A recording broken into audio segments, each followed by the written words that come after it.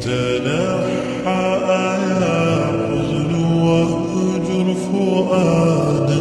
توكل بجد بعزم فصيح تنحى يا حزن واهجر فؤادا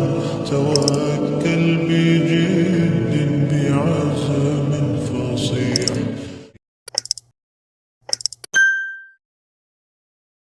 بسم الله الرحمن الرحيم. قل أوحي إلي أنه استمع نفر من الجن فقالوا إنا سمعنا قرآنا عجبا يهدي إلى الرشد فآمنا به ولن نشرك بربنا أحدا وأنه تعالى جد ربنا ما اتخذ صاحبة ولا ولدا وأنه كان يقول سفيهنا على الله شططا وأنا ظننا أن لن تقول الإنس والجن على الله كذبا وأنه كان رجال من الإنس يعوذون برجال من الجن فزادوهم رهقا وأنهم ظنوا كما ظننتم أن لن يبعث الله أحدا وأنا لمسنا السماء فوجدناها ملئت حرسا شديدا وشهبا وأنا كنا نقعد منها مقاعد للسمع فمن يستمع الآن يجد له شهابا رصدا وأنا لا ندري أشر أريد بمن في الأرض أم أراد بهم ربهم رشدا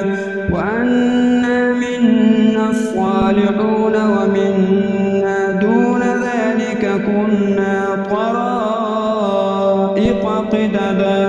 وأنا ظننا أن لن نعجز الله في الأرض ولن نعجزه هربا وأنا لما سمعنا الهدى آمنا به فمن يؤمن بربه فلا يخاف بخسا ولا رهقا وأنا منا المسلمون ومنا القاسطون فمن أسلم فأولئك تحروا رشدا وأما القاسطون فكانوا لجهنم حطبا وأن لو استقاموا على الطريقة لأسقيناهم ماء غدقا لنفتنهم فيه ومن يعرض عن ذكر ربه يسلكه عذابا صعدا وأن المساجد لله فلا تدعوا مع الله أحدا وأنه لما قام عبد الله يدعوه كادوا يكونون عليه لبدا قل إنما أدعو ربي ولا أشرك به أحدا قل إني لا أملك لكم ضرا ولا رشدا قل إني لن يجيرني من الله أحد ولن أجد من دونه ملتحدا إلا بلاغا من الله ورسالاته ومن يعص الله ورسوله فإن له نار جهنم خالدين فيها أبدا حتى إذا رأوا ما يوعدون فسيعلمون من أضعف ناصرا وأقل عددا قل إن أدري أقريب ما توعدون أم يجعل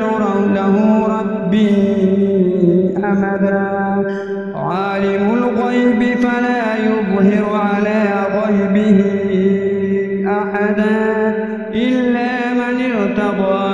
رسول فإنه يسلك من بين يديه ومن خلفه رصدا ليعلم أن قد أبلغوا رسالات ربهم وأحاط بما